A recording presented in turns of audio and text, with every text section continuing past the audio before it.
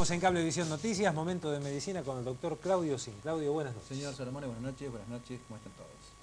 Tu primer tema. Primer tema. Vos sabés que hay un problema bastante serio con Liz Taylor en Estados Unidos. En realidad no con ella, sino con los médicos que presuntamente le han suministrado a través de pedidos de favor, entre comillas, recetas para que compre barbitúricos y para que se los tome en cantidades industriales aparentemente. Y esto ha generado toda una polémica alrededor de esta historia de las recetas de favor. Vamos a ver la nota, por favor. Elizabeth Taylor padecía grandes dolores cuando la semana pasada aceptó un premio que le entregaron en Palm Beach, California. Había estado internada por segunda vez en el centro Betty Ford. Se especulaba que los dolores de espalda la habían hecho volcarse a las drogas recetadas. Cuando la Junta de Narcóticos de California notó que se le recetó una cantidad extremadamente excesiva de drogas, comenzaron una investigación a los médicos que la atendían. Se informó que Taylor no está siendo investigada. No se han dado a conocer ni los nombres de las drogas ni los médicos involucrados, pero aclaremos, las que deben ser informadas cuando se recetan son opio, barbitúricos y estimulantes. Algunos facultativos dicen que a los pacientes les resulta muy fácil conseguirlas.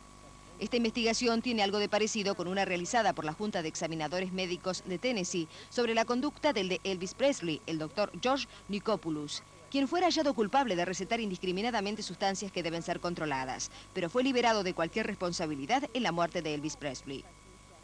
Elizabeth Taylor declaró una vez que las drogas y el alcohol casi terminan con su vida. En una entrevista concedida hace 2 años a una revista, cuando se le preguntó si hubiera muerto debido a su dependencia a las drogas, contestó que sí. Bueno, en realidad sí se conocen el nombre de algunas de las drogas que toma Liz Taylor. Entre otras son benzodiazepinas, son derivados parecidos al Valium. Y esto, hay como una especie de técnica para tomar estas drogas. Por ejemplo, ella las toma con alcohol, lo cual implica potenciar el efecto depresor de estas drogas sobre el sistema nervioso central. Pero cuidado, porque todas las drogas de este tipo tienen un doble efecto, de acuerdo a la dosis en que se consuman. Son depresoras, por un lado, porque bueno, cuando uno está muy excitado, muy estimulado, este tipo de medicaciones disminuye el umbral neurológico y por lo tanto baja el tono emocional del individuo. Pero cuidado que, insisto, cuando se toman en dosis muy importantes, son altamente estimulantes. Quiero decir, si uno de alguna forma potencia ambos efectos, logra un cóctel que realmente puede ser mortal. Y este es el punto. Yo creo que alguna vez se lo han preguntado, como bien dice la nota. No sé cuál fue la respuesta, realmente no la conozco, pero sí sé que esto sin duda puede ser mortal si uno lo usa durante mucho tiempo. E insisto, en dosis tan importantes como las que seguramente está usando Liz Taylor, y eso a su vez motiva la investigación a los médicos que le dieron estas recetas de favor. Cuidado con las recetas de favor. Claudio, tenemos también un informe relacionado con el SIDA. Así es nuestro tema habitual, así que afortunadamente hay una nota muy interesante que te invito a ver. ¿Cómo? Adelante. Para quienes se dedican al conocimiento, estudio y no pocos desvelos del síndrome de inmunodeficiencia adquirida, resulta incomprensible que en la Argentina no se hayan adoptado aún los programas preventivos que sirvan con mejor eficacia a un mayor control de la difusión de esta enfermedad, cuyo crecimiento es significativo en todo el mundo y también lo es en el país, ni se realice un seguimiento adecuado del paciente enfermo o infectado. El SIDA no debería ser una patología más. Es cierto que hay otras enfermedades que causan hoy mayores estragos desde el punto de vista humano y social por la cantidad de personas que están afectadas. Pero es que el SIDA, sostienen, no puede ser considerado por las cifras que hoy produce. Es bien sabido que si no se llega a una solución pronta que acabe con el virus mutante que la produce, esta será una de las patologías más peligrosas que teñirá de un especial clima el próximo siglo, en el que todos vamos a estar más o menos en contacto con el virus. Bueno, ustedes han visto una interesantísima foto tridimensional del retrovirus que provoca el SIDA, que el virus pertenece a esta familia. Y evidentemente la acción para controlar esta enfermedad o esta epidemia sin duda se basa en la prevención.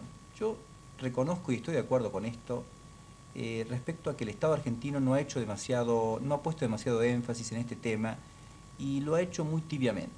Esto es verdad, aquí en este mismo lugar la doctora Esteves lo dijo hace ya un par de meses y yo coincido plenamente con ella porque aún hoy no se hacen las cosas como deben ser hechas en este aspecto. Vale decir, cuando uno sale al exterior y ve la fuerza que tiene la promoción de la prevención del SIDA en países como los Estados Unidos o cualquiera de los países europeos que están involucrados en este tema, evidentemente la diferencia es notable, es notable. Y aquí, señores, tenemos una potencialidad de SIDA espeluznante. Yo les recuerdo un solo dato que estábamos comentando recién con Franco Salomón y es este.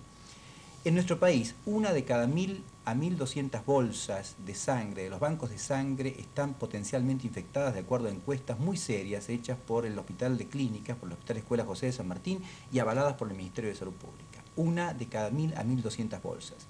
En Gran Bretaña, una de cada 70.000 bolsas están infectadas. El subdesarrollo, sin dudas, va a estimular o va a avalar o va a, sin dudas, a dar el empujón adecuado para que el SIDA se convierta en una epidemia muy difícil de controlar si no cambian algunos hábitos, como reutilizar elementos descartables, uno, y estábamos comentando esto en la radio a la mañana, perdón. Dos, no testear adecuadamente las bolsas de sangre de los bancos de sangre, etcétera, etcétera. Vale decir, insisto, cuidado que el SIDA con el subdesarrollo es una mezcla también mortal. Hoy trabajo a destajo, ¿tenés otro informe más? Sí, pero después por una semana no vengo. No es cierto, esto no es cierto. La nota siguiente es interesantísima porque tiene que ver con las mujeres embarazadas que consumen alcohol en exceso. Van a ver qué ocurre con el chico cuando esto pasa en las mujeres embarazadas. Veamos la nota. Las estadísticas oficiales indican que de los 4 millones largos de alcohólicos que se detectan en nuestro país, alrededor de un tercio son mujeres. La creciente adicción femenina a esta droga legal añade una nueva vertiente dramática a los graves problemas que de por sí origina el alcoholismo. Los efectos del alcohol ingerido por la mujer embarazada sobre el feto son nefastos, sobre todo si bebe en el primer trimestre de gestación. En ese momento, el alcohol puede provocar en el embrión una amplia gama de malformaciones que difícilmente se corregirán después del parto y que se conocen clínicamente como síndrome alcohólico fetal. Este síndrome, según las zonas geográficas, afecta al 1 o al 2 por 1000 de todos los recién nacidos en España, es decir, a unos 1.500 bebés por año. El alcohol también es responsable del 20% de los retrasos mentales y es el origen de importantes disfunciones en el comportamiento de los bebés y en su posterior desarrollo psíquico. Detrás de muchas fobias, tics, dislalias, dislesias o trastornos afectivos se encuentra el síndrome alcohólico fetal. Pero esto no es todo. Si la madre ingiere habitualmente alcohol en el último trimestre de embarazo, el bebé nacerá con el síndrome de abstinencia. Ustedes han escuchado las cifras. Casi el 10% de las mujeres en España abusan del alcohol. ¿Qué significa abusar del alcohol? Porque esto uno tiene que, de alguna forma, poner entre paréntesis la magnitud del tema o la magnitud de la ingesta, porque si no parece que una copa de vino puede acarrear todo esto y esto es absolutamente incierto, esto no es cierto.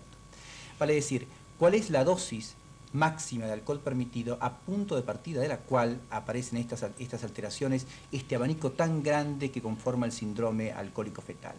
O en su defecto el síndrome de abstinencia en los chicos recién nacidos cuya madre ha ingerido alcohol en exceso. Bueno, pues las dosis están más o menos alrededor de estos valores. Algo así como 40 gramos de alcohol por día, y esto implica 3/4 litros de vino por día, 1 litro de cerveza por día o aproximadamente unas 2 o 3 medidas de whisky. Por encima de esto, por encima de estas cifras, evidentemente la dependencia al alcohol es un hecho concreto y ocasiona, no solo en el chico, sino en la madre, gravísimos trastornos que son realmente irreversibles. Quiero decir, una copa de vino, vuelvo a insistir, nunca ha matado a nadie, por lo menos hasta ahora.